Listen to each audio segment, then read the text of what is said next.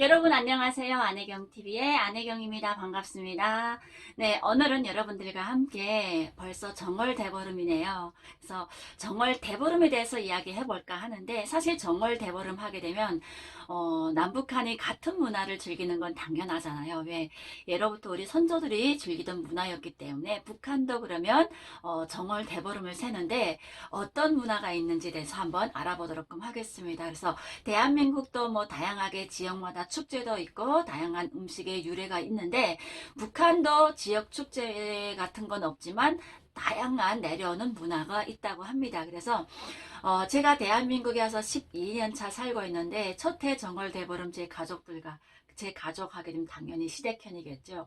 시댁편하고 세던 정월 대보름을 아직도 잊을 수가 없는데, 나름 저도 그래도 북한에서 어머님이 하던 정월 대보름 음식을 봐왔었기 때문에 저도 나름의 준비를 만단히 갖춰가지고 정월 첫 대보름을 준비를 했던 기억이 아직도 있습니다. 그런데 그 정월 대보름이 내가 생각했던 것처럼 제가 정말 저는 열심히 정성껏 준비를 했다고는 하지만, 저희 시댁 식구들이 볼 때는 정말 깜짝 놀랄 만한 정말 보라듯한 정월 대보름을 준비했던 기억이 엊그제 같은데 벌써 12년이란 세월이 흘렀고요. 저도 이제는 잘 적응을 하다 보니까 한국의 문화에 익숙해가지고 정월 대보름을 우리 대한민국 국민들처럼 잘 준비하고 있답니다.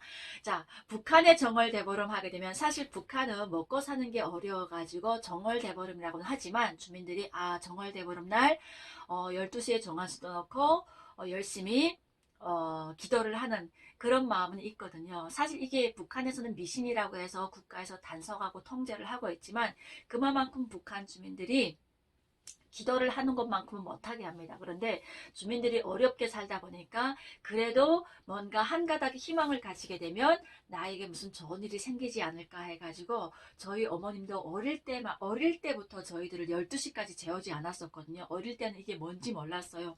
왜 대보름 날에는, 어릴 때는 사실 대한민국에는 요즘은 아이들이 컴퓨터도 하고 게임도 발달해가지고 12시까지 자지 말라고 하게 되면 더 신나는 애들이 많잖아요. 그런데 북한에서는 뭐 할 게 없다 보니까, 특히 겨울에는 낮이 짧기 때문에 밤이 기니까 아이들이 일찍 일찍 자거든요. 그런데 그때만큼은 저희 어머니가 12시까지 안 재웠어요. 12시까지 어떻게 다 앉아서 기다리게 하다가 나가서 어머님은 열심히 어떻게 뭘 기도하는지, 당연히 부모님들이 마음이야 자식을 기도하는 마음이겠죠. 자식들이 잘 되기를. 그래서 그런 것도 어찌 보게 되면 대한민국하고 거의 비슷하다고 볼 수가 있겠습니다. 그런데 북한 주민들이 어찌 보게 되면 사회주의 국가라서 미신 같은 건 안 믿는다고 할지 모르겠지만, 오히려 더 많이 봤던 것 같아요. 그래서 어곡밥 하게 되면 북한에서는 뭐 수수, 찰보리, 기장, 그리고 찹쌀, 팥 같은 이 5가지 종류를 였는데, 각종 나달마다 애군을 쫓는 액이 다르다고 합니다. 그래서 5가지를 였고요. 그리고 나물 하게 되면 대한민국에 오니까 9가지 나물이라고 해서, 제가 정말 북한에서 우리는 먹어보지 못했던, 사실 우리가 피마주, 달래순 같은 건 우리가 먹는다고 생각도 못 해봤거든요. 근데 뭐 달래순, 피마주, 입말린 거, 참나물순 해가지고 다양하지 9가지 종류들이 꽤 많더라고요. 그런데 북한에서는 그렇게 나물이 귀하고 많지 않다 보니까, 저희 어머님이 해주던 대보름날 나물 하게 되면 그냥 가지 말린 거, 호박 말린 거, 그리고 버섯 말린 거, 그리고 양배추 같은 거를 이렇게 말렸었어요. 그래서 특히 여름에 나는 나물을 햇빛에 잘 말려가지고 정월 대보름에 어곡밥하고 같이 먹게 되면 건강하게 그 해 어떻게 더위를 안 탄다고 해서, 그런 풍습은 북한도 똑같이 있거든요. 그래서 저희 어머님은 당시 가지 말린 것도 그렇고, 그리고 양배추를 이렇게 새 꼬챙이에 껴가지고 이렇게 말려서 그걸로 이렇게 물렸다가 반찬을 해주게 되면 아주 꼬들꼬들하고 맛있었거든요. 그래서 다양한 반찬이 있다고는 하지만, 그럴 때는 이렇게 나물이 그래서 별로 많지 않았어요. 대한민국처럼 9가지 나물 이렇게 많지는 않았는데, 저희 어머님이 해주던 나물 중에 제가 제일 기억나는 건 아직도 그 양배추 말린 나물이었거든요. 그래서 이런 걸 해 먹는데, 사실 북한은 생활이 어렵다 보니까 고춧가루 자체를, 농경지에다가 고춧가루를 심는다고, 고추를 심는다고 할 때는 조금은 어떻게 맞지 않는다고 생각을 해요. 그래서 고춧가루가 꽤 많이 귀하거든요. 그래서 음식에 고춧가루를 많이 넣었다 하게 되면 그 집은 어떻게, 아, 저 집 잘 사는구나. 그래서 우리가 가끔은 학교 때 이렇게 도시락을 싸거나 저희가 병원 다닐 때 도시락을 싸도 고춧가루 반찬을 딱 열었을 때, 아, 빨갛다 하게 되면, 저 집 생활 수준이 괜찮네? 요걸 표현하는 거거든요. 그래서 제가 대한민국에서도 음식에 고춧가루를 꽤 많이 쓰는데, 사실 대한민국에 와서 고춧가루 하게 되면 다양한 음식에 고춧가루를 많이 넣는 것 같더라고요. 그래서 괜찮았는데 제사 음식만큼은 고춧가루를 안 넣는다는 걸 제가 알게 됐습니다. 그래서 아, 제사 음식 절대 고춧가루 넣지 말아야 되겠구나. 그런데 정월 대보름은 제사 음식이 아니잖아요. 그래서 제가 그 첫 해 시댁과 함께 정월 대보름을 새는데 아주 제사 음식이 아니기 때문에 정월 대보름 가족들하고 되게 친절하고 따뜻하게 밥 한 끼 나누는 거잖아요. 그래서 제가 정말 정성껏 준비를 했어요. 9가지 나물을 다 사다가 지금은 마트 가게 되면 제가 뭐 말린 걸 사서 제가 불고서 하는 게 아니라 마트에 가게 되면 다 불려놓은 걸 이렇게 사서 와서 바로 그냥 들기름에 볶으면 되잖아요. 그래서 제가 또 인터넷 찾아가지고 들기름에 볶는다는 건 알았어요. 그래가지고 시작을 했습니다. 그런데 문제는 하다 보니까 분명 인터넷에서 찾아는 봤는데 제 음식에는 다 고춧가루가 들어갔던 거예요. 그리고 대한민국에는 어곡밥에 9가지 나물에 그리고 꼭 먹는 게 있더라고요. 해초국을 먹더라고요. 그래서 미역국 또는 뭐 파래 굴국 같은 걸 드시던데 북한은 지역마다 조금 또 틀려요. 저 개성 쪽 같은 경우에는 바다하고 꽤 멀기 때문에 그쪽에서 제가 군복무할 때는 정월대보름 하게 되면 만둣국을 먹던 생각이 나거든요. 그래서 만둣국을 먹고요. 그리고 저희가 살고 있던 함경도에서는 동태국을 먹거든요. 사실 북한에서는 생태가 아주 귀합니다. 그리고 이게 도로교통도 좋지 않고 운송수단이 좋지 않다 보니까 저장시설이 안 좋아서 생태보다는 동태를 꽤 많이 선호하고 있는데요. 이 동태 하게 되면 그 동태가 그렇게 비쌈에도 불구하고 이 정월대보름만큼은 아주 천지부지로 떠오르는 게 동태 가격이거든요. 왜?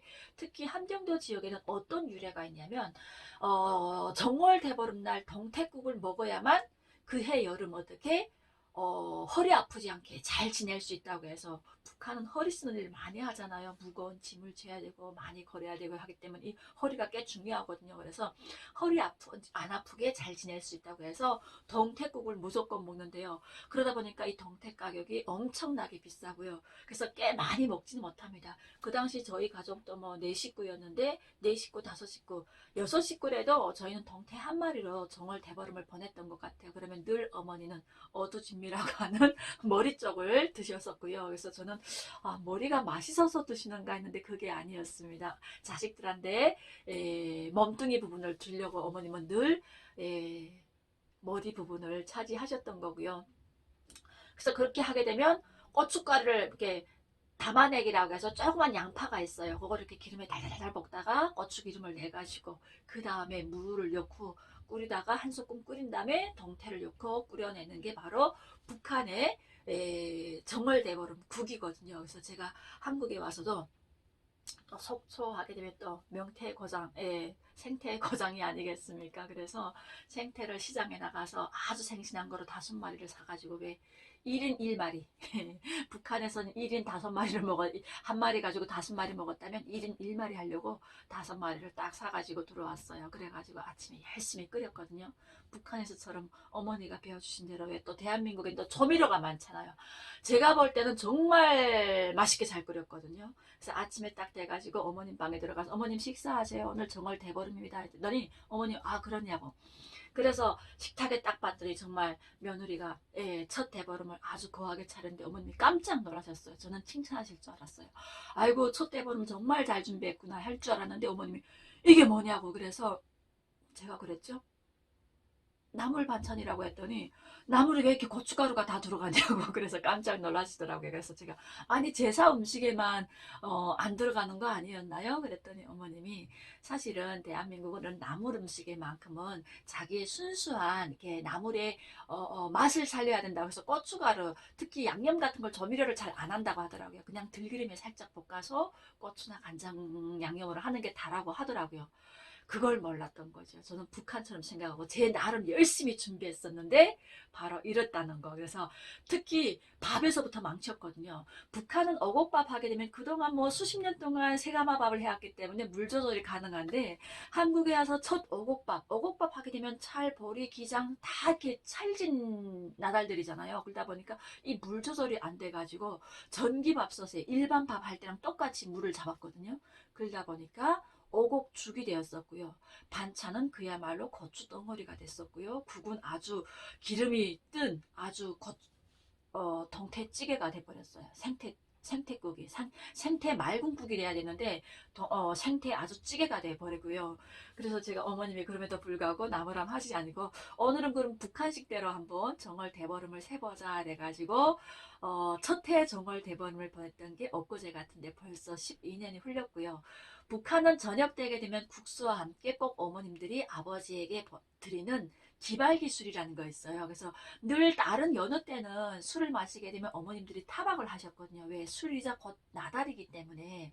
북한은 술을 대부분 집에서 밀주를 하는데 옥수수 가지고 술을 만들고 있기 때문에 술이 곧 나달이다 이렇게 말할 수 있습니다. 그래서 어머님들이 꽤 그렇게 타박을 하던 술을 대보름 날에는 아버지가 가져오란 말 안 해도 이렇게 내놓으시는 거예요. 그랬더니 어머님이 대보름 날만큼은 기발기술이라고 남자들이 꼭 술을 먹어야 된다고 해서 술을 드시는 모습을 봤었습니다. 그런데 대한민국도 이런 모습은 똑같더라고요. 그래서 이런 모습을 하나하나 보면서 어찌 보게 되면 우리 선조들이 정말 지혜로웠고 또 정말 멋있었구나 하는 걸 알 수 있는 부분도 있고요. 더 나아가서는 아직도 우리 남북한이 풍속과 문화는 여전히 다른 것 같지만 비슷하다는 걸 알게 되었습니다. 사실 정월 대보름이라고 하지만 북한 주민들은 그렇게 많이 정월 대보름을 세는 집들이 그렇게 많지는 않아요. 왜냐하면 그만큼 생활이 어렵기 때문에 어곡밥이라고는 하지만 정월 대보름 날에 그냥 옥수수에다. 그래서 북한은 정월 대보름 하게 되면 북한 일반 주민들이 하는 게 있어요. 옥수수 그리고 다 잡곡이 들어가거든요. 옥수수, 쌀 조금 넣고요. 그 다음에 기장, 수수, 보리, 콩. 뭐 이렇게 였는 게 바로 북한의 어곡밥입니다. 그래서 이런 것도 조금은 중상층 사람들이나 살지 일반 보통 주민들은 어곡밥이라고 하지만 그냥 옥수수에다 그냥 다른 잡곡 한두 가지 들어가는 걸 어곡밥으로 대처하는 모습을 볼 수가 있다는 거. 그래서 정말 올겨울은 그다지 춥지 않았기 때문에 북한 주민들도 조금은 나름은 힘든 시간을 보내지 않았을 것 같아서 다행인 것 같고요. 오늘 이렇게 짧게나마 여러분들하고 북한의 정월 대보름의 음식에 대해서 알아보는 시간을 가져봤습니다. 그래서 오늘 여러분들도 가족들과 그리고 친지들과 정말 따뜻한 정월 대보름 음식을 나누면서 하나의 애군을 쫓는 좋은 날이 되기를 바라면서 안혜경TV는 여기서 인사를 드리겠습니다. 여러분 감사합니다.